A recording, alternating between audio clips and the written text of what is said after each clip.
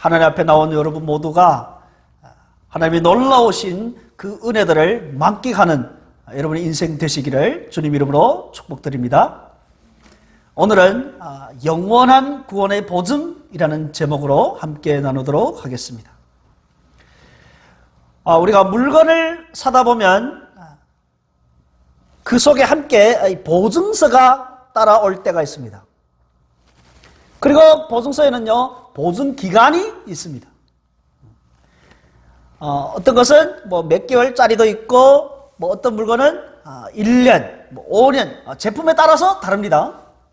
그래서 보증기간 내에 물건에 이상이 생기면 수리할 수 있거나 아니면 교환해 드리죠.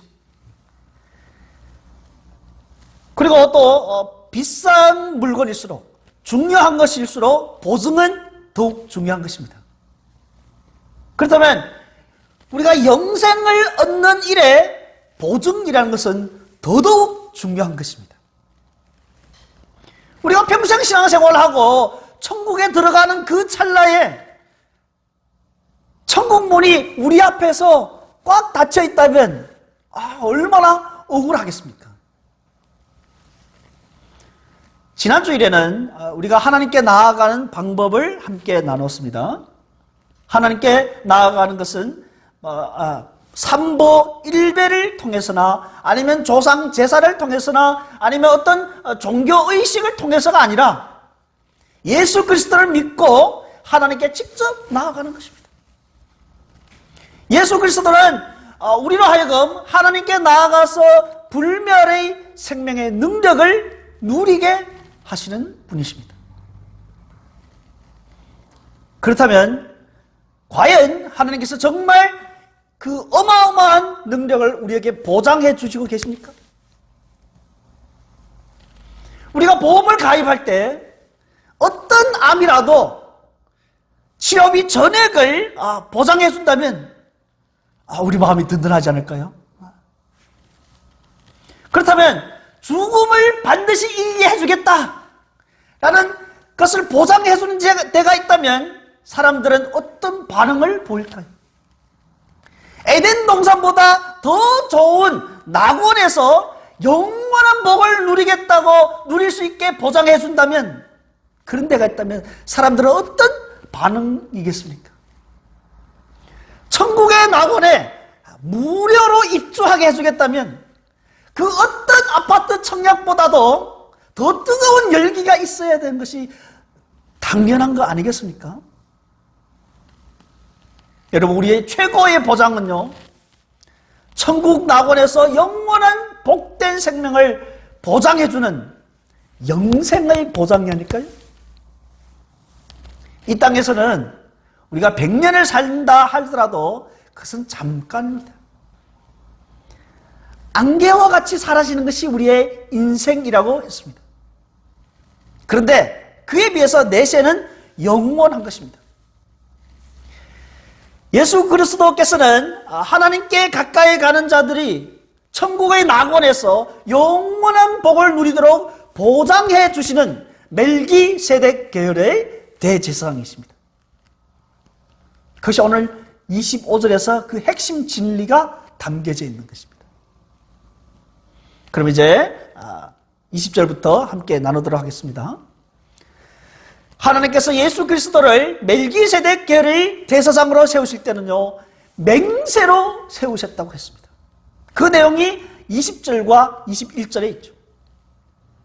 하나님께서 예수 그리스도를 멜기세덱 계열의 대제사장으로 맹세를 세웠다는 것은 구약에서 이미 시편 110편 4절에서 하나님께서 말씀하셨습니다. 거기서 이렇게 말씀하셨죠. 여호와는 맹세하고 변하지 아니하시리라. 이르시기를 너는 멜기세덱의 서열을 따라 영원한 제사장이라 하셨도다. 우리가 이미 여러 번 살펴보았습니다마는 시편 110편은 다윗의 시편이었습니다. 히브리서 저자는 그 시편을 근거로 해서 예수님이 멜기세덱 계열의 대제사장으로 아론계 그 후대들의 제사장보다 훨씬 뛰어난 비교도 안 되는 대제사장이라고 지금 밝히는 것입니다. 하나님께서 레위 지파 아론계의 그 후예를 제사장으로 세우실 때는 맹세로 세우시지는 않으셨지만 멜기세덱 계열의 반차를 따르는 대제사장 예수 그리스도의 경우에는 다윗을 통해서 맹세하신 것입니다. 맹세라고 할 때는 히브리서에서 6장에서 한번 나온 적이 있습니다. 하나님이 아브라함에게 약속하신 복을 주신다고 하실 때, 그 약속하실 때 맹세로 보증하셨습니다. 6장 13절과 14절에 나오죠. 그것은 하나님이 의도하신 그 일을 반드시 실행하겠다는 것을 이제 맹세로, 자신을 두고 맹세하는 것입니다. 내가 반드시 너에게 복을 주겠다. 하나님의 그 의지가 나타나는 것이죠. 여기서도 마찬가지입니다. 하나님께서 약속하신 멜기세덱 계열의 제사장을 반드시 내가 보내시겠다. 맹세로 보증하는 것입니다. 하나님께서는 다윗을 통해서 예수 그리스도가 영원한 제사장이다 라고 맹세를 하는 것입니다. 이것을 22절에서는 이렇게 말하죠. 22절을 보겠습니다. 이와 같이 예수는 더 좋은 언약의 보증이 되셨느니라. 더 좋은 언약의 보증이 되셨느니라. 자, 보증이라는 것은요, 혹은 보증인. 자, 이것을 가리키는 헬라어 단어는요, 신약 성경에서 오직 7장 22절, 여기에만 사용되고 있습니다. 이를 이것을 약속을 보증하기 위해서 그 보증인의 재산이나 심지어는 보증인의 생명까지도 담보로 제공하는 것입니다. 그렇다면 예수님이 살아계시는 한 우리의 구원에 대한 약속은 하나님이 보장하신다는 것입니다. 창세기에서 노아의 홍수 때, 홍수가 지나고 나서 하나님은 이제 무지개를 담보로 해서 노아에게 자신의 약속을 확정하셨죠. 창세기 9장 13절에서 이렇게 말씀합니다. 내가 내 무지개를 구름 속에 두었나니 이것이 나와 세상 사이의 언약의 증거니라. 그러니까 하늘에 무지개가 있는 한 우리는 그런 홍수 심판은 결코 있지 않을 것이라고 확신할 수 있습니다. 그렇다면 예수님이 살아계시는 한 이 언약은 유효하다는 것입니다. 그런데 예수님은 어때요? 영원히 살아계시는 분이시잖아요. 예수님은 하나님의 독생자이십니다. 친아들이십니다. 그는 십자가에서 죽으셨지만 죽음이 그를 가둘 수가 없었습니다. 그래서 요한계시록에서는 예수님이 이렇게 자신에 대해서 말하고 있습니다. 함께 읽도록 하겠습니다. 나는 처음이요 마지막이니 곧 살아있는 자라. 내가 전에 죽었었노라 볼지어다 이제 세세토록 살아있노라. 아멘. 과거의 옛시대의 제사장은 영원히 살지 못했습니다. 과거의 제사장은 인간에 불과했고 또한 그들을 제사장으로 세우실 때 하나님이 맹세하지 않으셨습니다.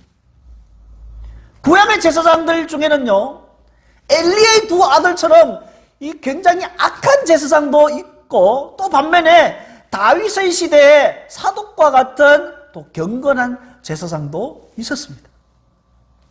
그런데 아무리 훌륭한 제사장이라 할지라도 그들은 다 죽었습니다. 그리고 다른 누군가에게 그들의 직무가 넘겨지는 것입니다. 그러나 그리스도 안에서 새 언약 시대에서는요, 모든 것이 바뀌었습니다. 이것을 23절과 24절에서 강조를 하고 있습니다. 제가 한번 읽어드리겠습니다. 제사장 된 그들의 수요가 많은 것은 죽음으로 말미암아 항상 잊지 못함이로되 예수는 영원히 계심으로 그 제사장 직분도 갈리지 아니하느니라. 여러분, 오늘날 교회도 마찬가지입니다. 교회의 대표인 목회자도 구약의 제사장들처럼 언젠가는 죽습니다. 살아있는 동안 하나님이 주시는 그 사명을 감당하다가 가는 것입니다. 어느 누구도 영원히 감당하지 못하는 것입니다. 그러나 예수 그리스도는 천국 낙원에서 우리의 대제사장으로서 영원히 살아 계십니다. 그것이 24절에서 하신 말씀이죠. 예수는 영원히 계심으로 영원히 계신다. 25절 함께 보겠습니다. 그러므로 자기를 힘입어 하나님께 나아가는 자들을 온전히 구원하실 수 있으니 이는 그가 항상 살아계셔서 그들을 위하여 간구하심이라. 25절을 오늘의 핵심 구절이라고 할 수 있겠습니다. 여러분, 우리가 이 세상에 살아가면서 필요한 것이 참 많은 것 같습니다. 어떻게 하면 좀 심플하게 살아갈 수 없을까 하는 고민을 하게 됩니다. 공부를 잘해서 또 좋은 직장 내지는 창업을 해서 돈도 넉넉히 벌고 우리의 삶이 윤택해지기를 바라며 삽니다. 때로는 어떤 사람들은 명예도 권력도 추구하기도 하고요. 그런데 이 모든 것들을 우리의 구원과 비교했을 때 어느 것이 더 중요한가를 우리는 판단할 수 있어야 됩니다. 영원과 잠깐이라는 것을 저울에 올려놨을 때 어느 것이 더 중요한 것인지를 우리는 판단할 수 있어야 되는 것입니다. 성도에게 있어서 가장 큰 선물은 하나님께서 그리스도를 통해서 주어지는 구원입니다.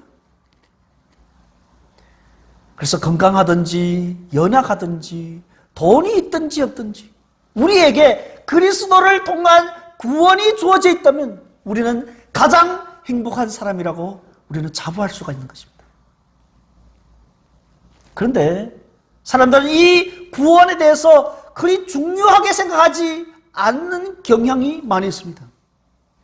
또한 이미 구원을 얻은 사람들조차도 그렇게 생각하지 않는 경우가 많이 있습니다. 안타까운 현실이라고 할 수 있죠. 우리가 뉴스에서 자주 접합니다마는 등산하던 사람들이 조난을 당하는 경우가 있습니다. 또한 산사태를 겪는 경우도 있습니다. 아니면 항해하다가 파손되는 경우도 있습니다. 자, 이런 경우에 생명의 위협을 겪게 될 때 구조대원이 투입되어서 구조되기도 하죠. 우리가 일상생활을 할 때는요 모를 수 있습니다. 그러나 이처럼 생명의 위기를 겪을 때는요 그런 상황에서는 무엇이 중요한지를 알게 되죠. 그렇게 생명의 위협을 겪고 있을 때 내가 아무리 비싼 옷을 입고 있다 한들 그것이 무슨 소용이 있겠습니까? 내 계좌에 돈이 아무리 많이 있다 한들 그것이 무엇 중요하겠습니까? 그 순간에는 생명이 가장 중요하다는 것을 알게 될 것입니다. 하나님께서 죄악의 구렁텅이에서 허우적거리고 있는 우리를 건지시기 위해서 자기 아들을 보내셨습니다. 하나님 우리를 사랑하여서 자신의 독생자를 우리의 대제사장으로 보내신 것입니다. 하나님은 자신의 독생자 예수 그리스도께서 자기 자신을 우리의 죄를 속하는 제물로 드리게 하셔서 우리가 하나님의 진노를 피하게 하셨습니다.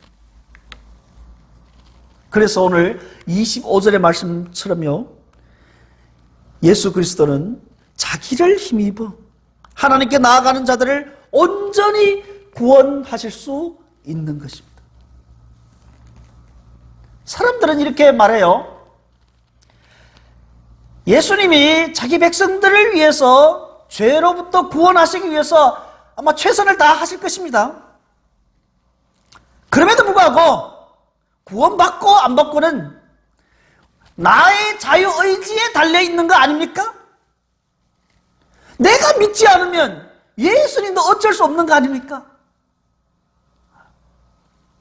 사람이 물에 빠졌을 때 구조대원들이 와서 이 구명 로프를 던져줬어요. 그럼 내가 살기 위해서는 그 구명 로프를 붙잡아야 하는 거 아닙니까?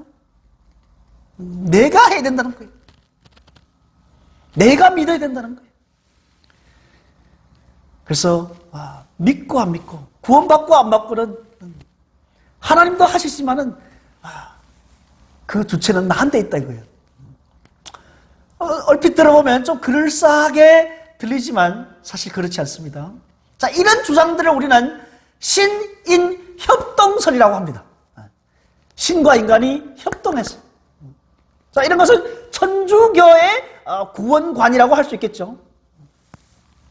그러나 성경은 그렇게 말하지 않습니다.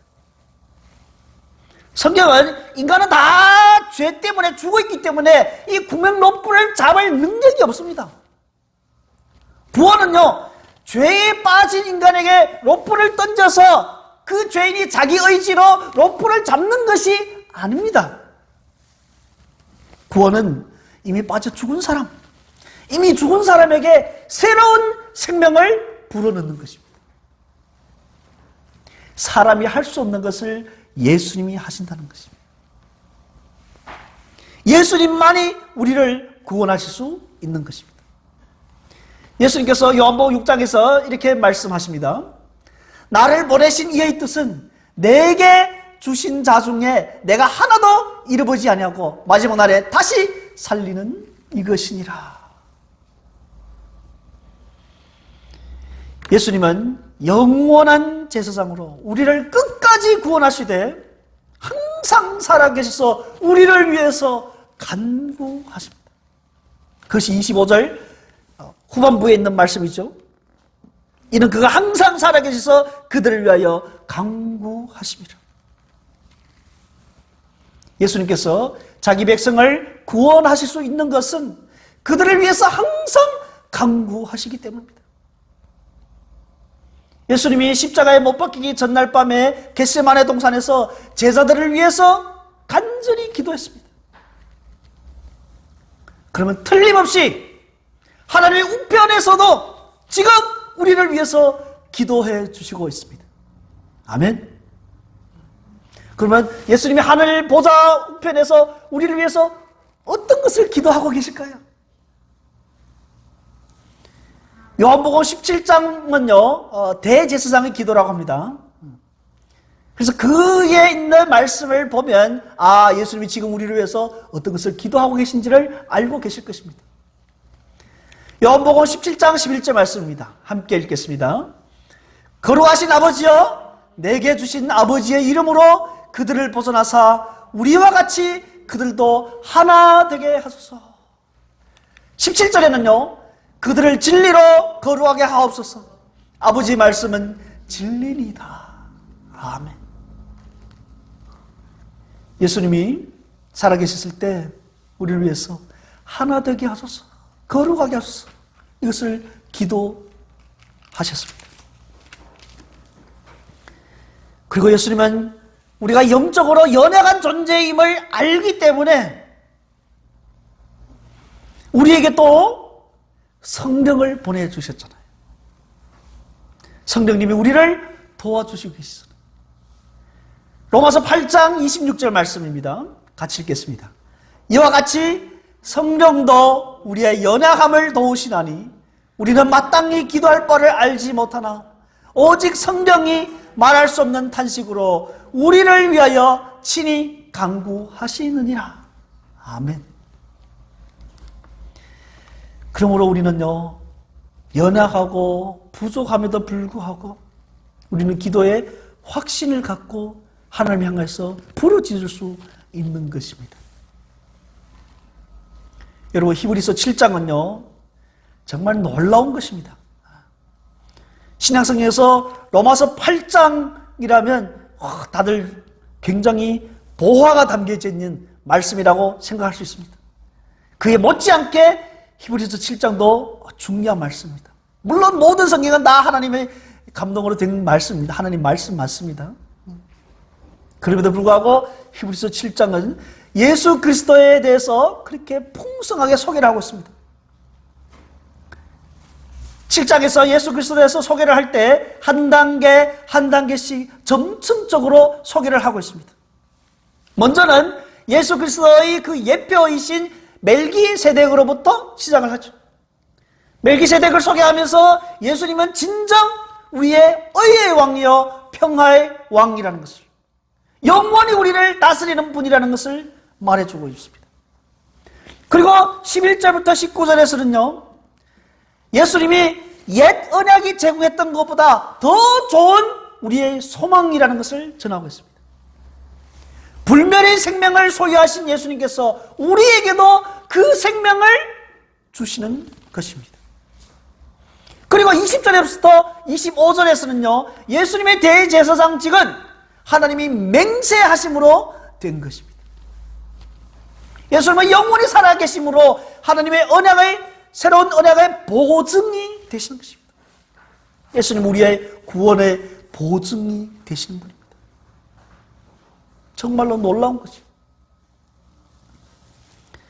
그래서 히브리서 7장은 예수님을 소개하는데 굉장히 풍성하게 소개를 하고 있습니다.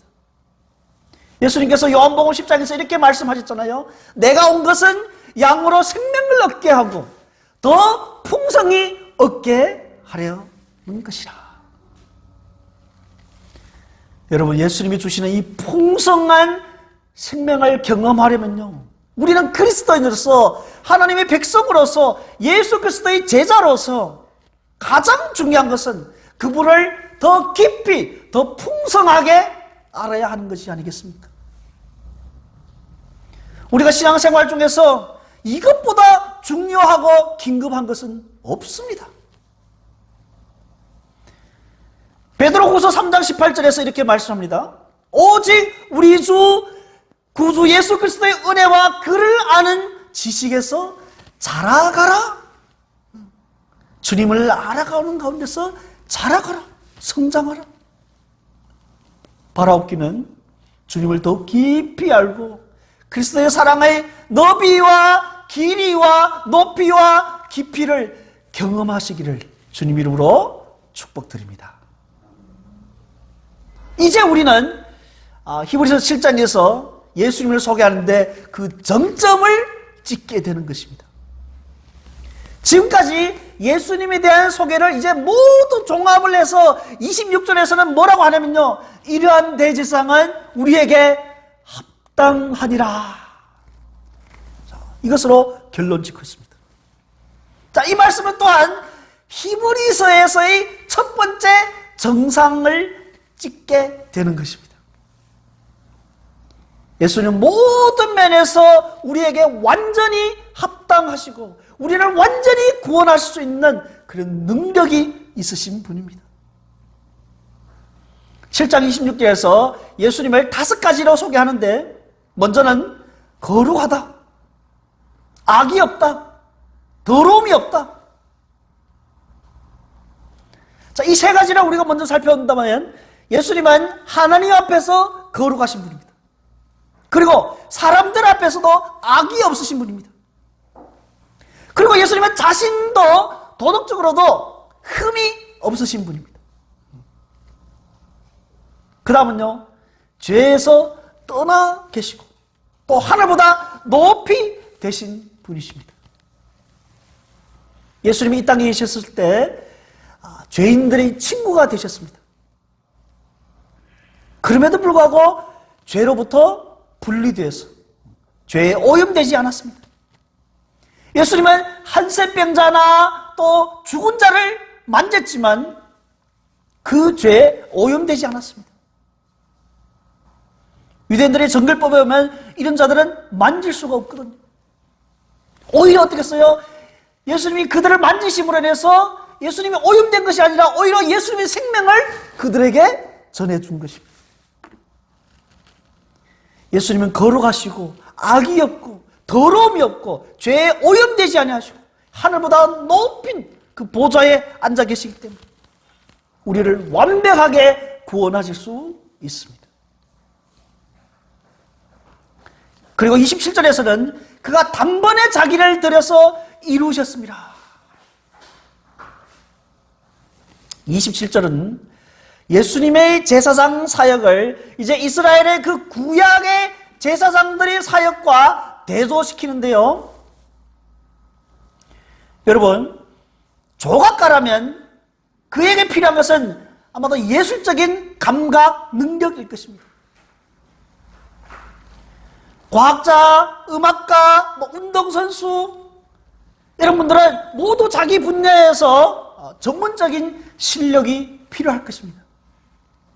그런데 제사장에게 필요한 것이 있다면 무엇일까요? 그것은 바로 거룩함입니다.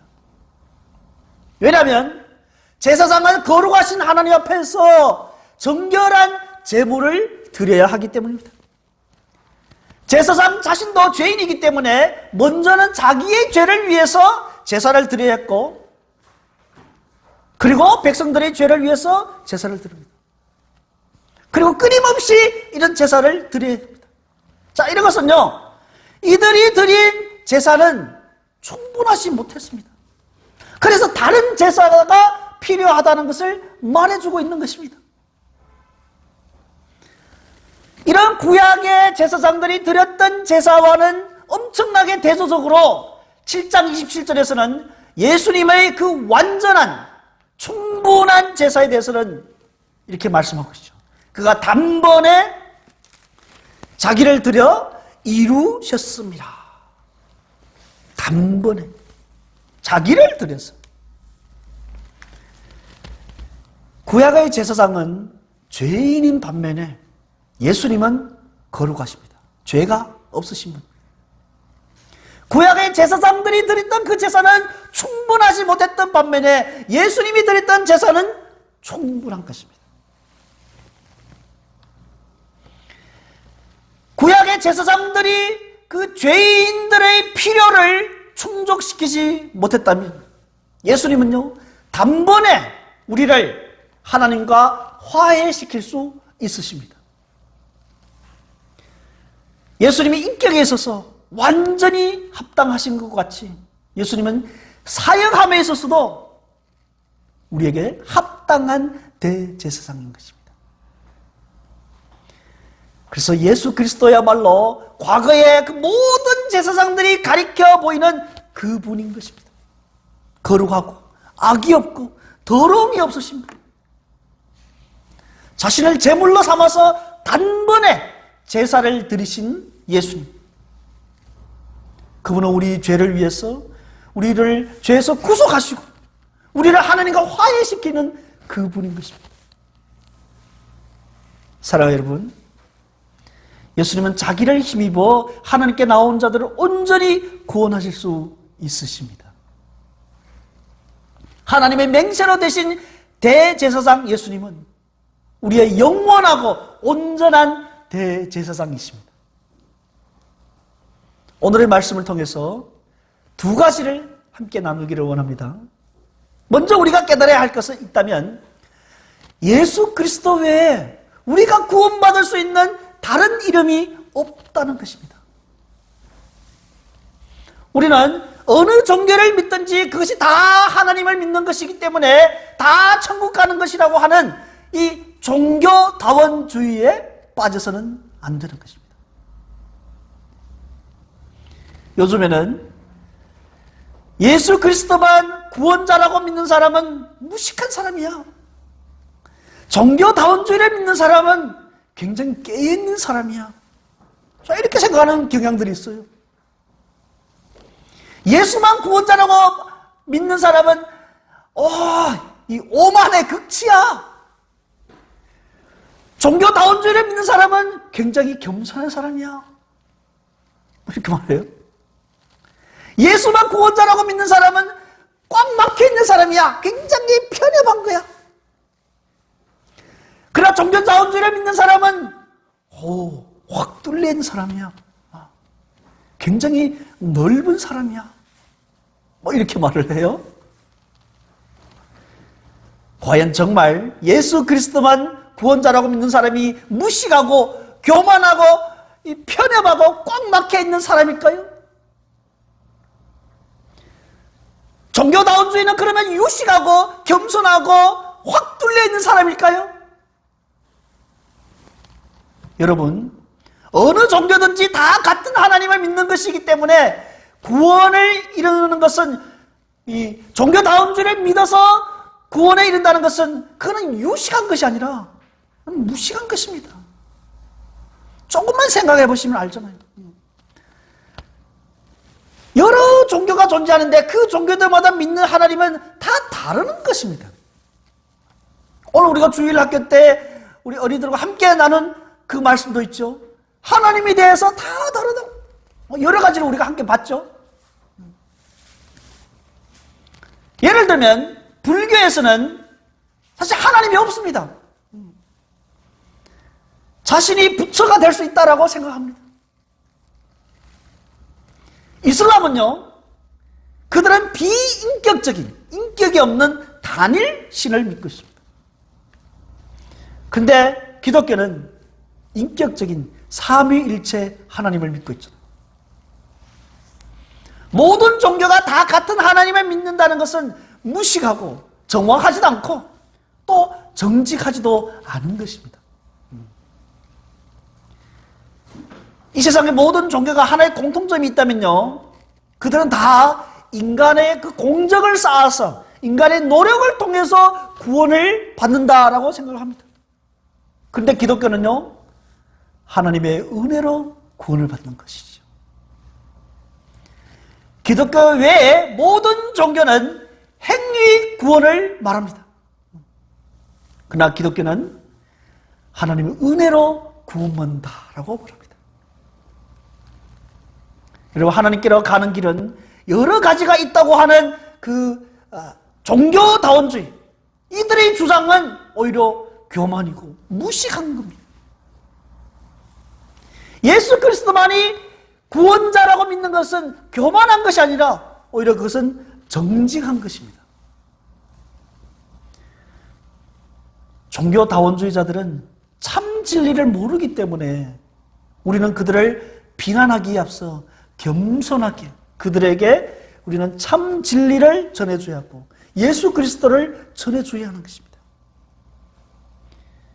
우리는 종교다원주의자들 또한 불신자들, 이런 사람들을 우리는 불쌍히 여기고 그들을 위해서 기도해야 되고 그들에게 참 진리이신 예수 그리스도를 우리는 전해야 하는 것입니다.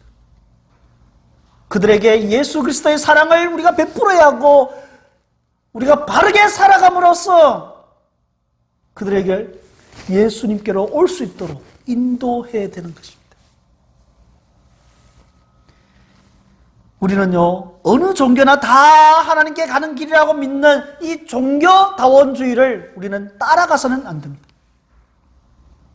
또한 이 종교 저 종교를 막 뒤섞어서 따라가는 종교 혼합주의도 있습니다. 여기에 빠져서도 안 됩니다.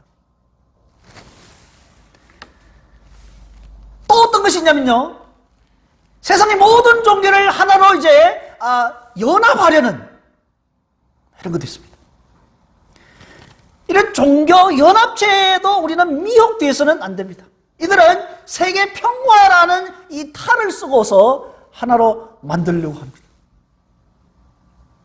그래서 종교다원주의나 종교 혼합주의나 아니면 또 종교 연합주의, 이런 것에 우리는 미혹되거나 따라가서는 안 됩니다. 이런 것들은 모두 예수 그리스도가 완벽하고 영원하신 대제사장이라는 그 진리를 무시하기 때문입니다. 그래서 이 혼란한 이 시대 속에서 우리는 진리의 말씀을 더 많이 제대로 배워서 그 진리 위에 우리들의 신앙을 세워가야 하는 것입니다. 두 번째로 나눌 것은요, 예수님은 우리를 죄에서 구원하시기에 완전히 합당하신 분입니다. 그러므로 예수 그리스도는 우리 예배를 받기에 합당하신 분이십니다.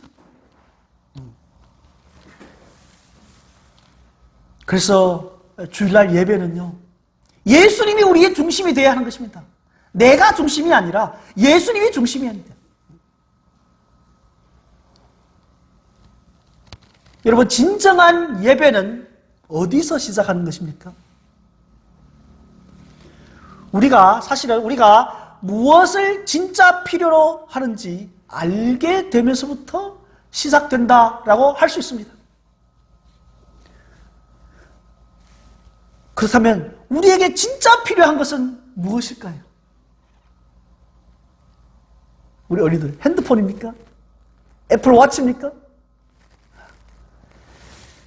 그런 것이 아니라 우리에게 진짜 필요한 것은 죄 용서 아니겠습니까? 하나님과의 화해가 아니겠습니까? 영생이 아니겠습니까? 우리가 이 필요를 알게 된다면, 깨닫게 된다면 우리는 하나님께 진정한 예배를 드릴 수 있습니다. 만약 이것을 깨닫지 못한다면요, 교회는 나올 수 있습니다.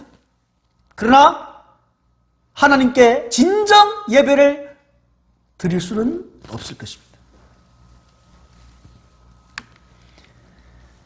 예수 그리스도는 어떤 성자나 훌륭한 도덕교사가 아닙니다. 예수 그리스도는 우리의 필요를 충족시켜주고 우리의 죄를 지고 가시는 하나님의 어린 양입니다. 세례 요한이 그렇게 말하죠. 보라! 세상 죄를 지고 가는 하나님의 어린 양이로다. 여러분, 예수님은 우리의 필요를 위해서 하나님께 단번에 자신을 드려서 단번에 자신을 제물로 드리는 유일한 대제사장이십니다. 이 사실을 우리가 깨달을 때 우리는 진정 예수님을 예배할 수 있는 것입니다. 사도 요한이 하늘 보좌 위에 앉아 계신 그 죽임당한 어린 양을 보았습니다. 수많은 천사들과 장로들이 그 앞에 엎드려서 기쁨의 그 감격에 넘치는 목소리로 찬양을 올려드렸습니다. 계시록 5장 12절 말씀입니다. 우리 함께 읽도록 하겠습니다. 죽임을 당하신 어린 양은 능력과 부와 지혜와 힘과 존귀와 영광과 찬송을 받으시기에 합당하도다. 할렐루야. 여러분, 이것이 구속받은 성도가 하늘에서 부르는 이 찬양이 아닐까요? 사랑하는 여러분, 우리의 신앙 여정 속에서 어떤 환경에 처했든지 우리의 예배를 받으시기에 합당하신 그 예수 그리스도를 높여드리고 그분을 진심으로 예배하는 성도 되시기를 주님 이름으로 축원드립니다.